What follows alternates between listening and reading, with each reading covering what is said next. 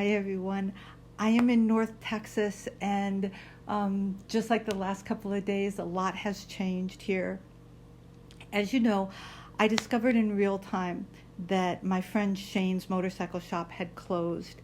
And because of the geography around here, it turns out between Arizona and New Mexico, there's a lot of open space.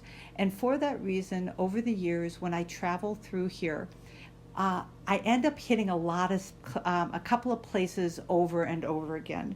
And for that reason, um, the very next haunt for me after Williams was a place called the First Street Cafe. It's a bright pink building with white homemade lace curtains, and it was always packed with locals.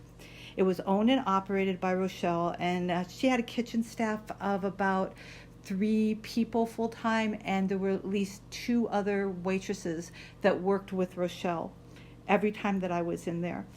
What was fun for me is that it was always easy to find conservatives. Even though New Mexico is a light blue state, it turns out that Grants is affected by 2 basic industries. The first is that there are 2 prisons right in Grants, and additionally, there's actually coal mining, surprisingly enough. So I was super excited to go and meet up with that team again. So my heart sank one more time. I came over the overpass. You have to go over the railroad tracks, and you come down, and I looked up, and it had been remade. It was in these new earthy colors, and the dining room was closed. The white curtains were gone. And actually, bricks had been removed from one side where they had installed a drive-through. It's currently being operated by a single Hispanic mom who is homeschooling her, and I'm guessing here, I think she was about a kindergartner. She was as cute as could be.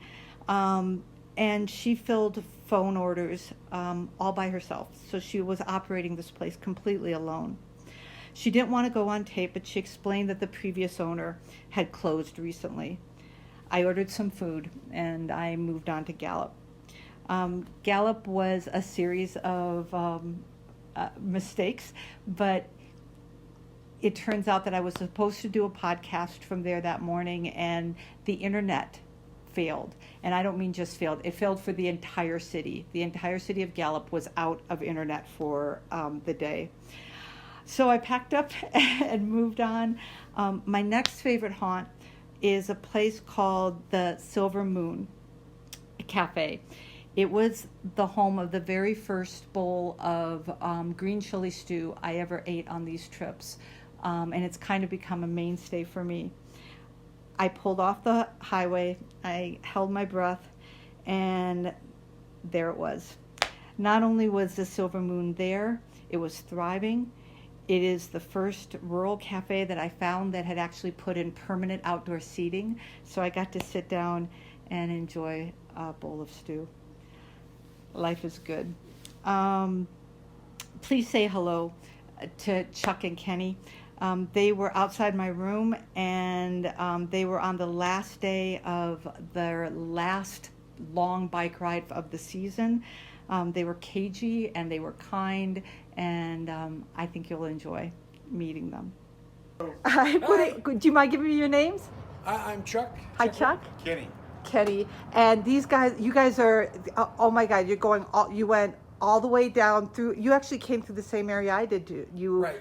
I came down from the Bay Area, met those guys in Long Beach. We rode out to Prescott, rode out to, then rode up to Durango, stopped in Silverton real quick, and then went up to Leadville, and then came back down, spent the night in Silverton, and then came here, and and we're heading back towards California. By the way, seriously, look at these bikes. These things are things of beauty. I mean, oh my God.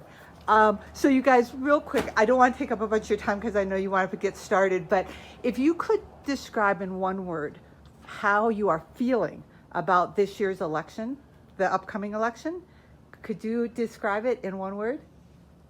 I like to say confident, but unsure. Okay. There you go. You know, There you go. I'm confident but unsure that you know, it's like, and you know, but yeah, it's it's almost like a, you know, I would like to think that it's like it's a slam dunk, but certain party I'm unsure of their tactics and stuff. So Fair yeah. enough. How about you? I don't know how I'd say it. I've just discussed with all the unrest that's taking place with destroying property and saying it's okay, for whatever reason. You know, it's not okay. It's not okay to destroy what's not yours or take what's not yours. Perfect. Thank you so much. You guys, I hope you have a really safe ride, and stay safe too while you're riding, okay? Thank you very much. Appreciate it. It got- It was nice talking to you. Really fun talking to you. Thank you. Thank you, dear.